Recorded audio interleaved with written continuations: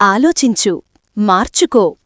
జీవితమనే రంగస్థలం మీద ఎవరికి కేటాయించిన పాత్రను వారు పోషించక తప్పదు. పాత్రను బట్టి ప్రవర్తన ఉంటుంది.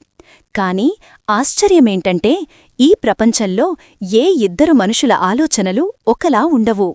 స్వరూపాల్లాగే స్వభావాలు కూడా వేరుగానే ఉంటాయి. ఈనాటి ఉరుకుల పరుగుల ప్రపంచంలో మనిషి మనిషికో కథ ఉంటుంది.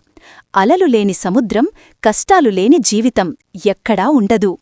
అలాగే చేసే పనుల్లో అనేక రకాల అవాంతరాలు రావడమూ సహజమే. కాని మన పని మనకు కరెక్టుగానే కనిపిస్తుంది. ఎవరైనా విమర్శించినా, మనం చేస్తున్నది తప్పని చెప్పినా గబుక్కున స్వీకరించలేం. విమర్శల్ని తట్టుకోలేం. తెలిసో తెలియకో తప్పులు చెయ్యని వ్యక్తులు ఎవరూ ఉండరు. ఒక్కోసారి మన తప్పేమీ లేకపోయినా మాట పడాల్సి రావచ్చు.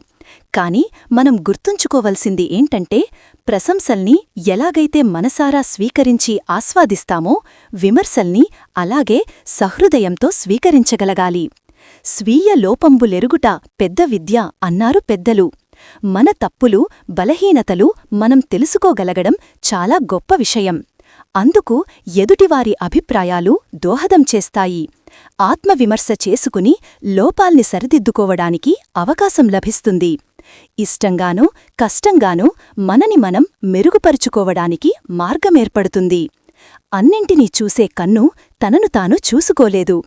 అదేవిధంగా అందరి తప్పుల్ని వేలెత్తి చూపే వ్యక్తికి తన తప్పులు తెలియవు. అవి తెలుసుకోవాలంటే ఎదుటివారి అభిప్రాయానికి విలువివ్వాలి. అది సరైనదా కాదా అని తెలుసుకోవడానికి నిజాయితీగా ఆత్మపరిశీలన చేసుకోవాలి. అప్పుడే వ్యక్తిత్వం వికసిస్తుంది. మంచి విమర్శను గుర్తించి స్వాగతించినట్లే స్వార్థంతోనో ఈర్ష్యతోనో చేసే కువిమర్శలను పసిగట్టగలగాలి. ఆత్మవిశ్వాసాన్ని దెబ్బతీసే అలాంటి విమర్శకులకు దూరంగా ఉండాలి.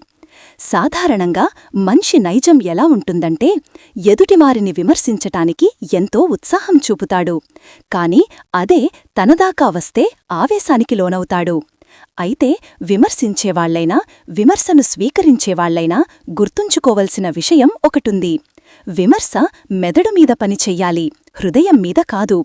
ఆలోచింపజెయ్యాలి కాని బాధపెట్టుకూడదు. ఆ ఆలోచన ఆత్మవిమర్శకు దారితీస్తుంది. దానివల్ల పంతానికి పోకుండా ఒక మెట్టు కిందికి దిగి అయినా తనను తాను సంస్కరించుకునే అవకాశం ఉంటుంది.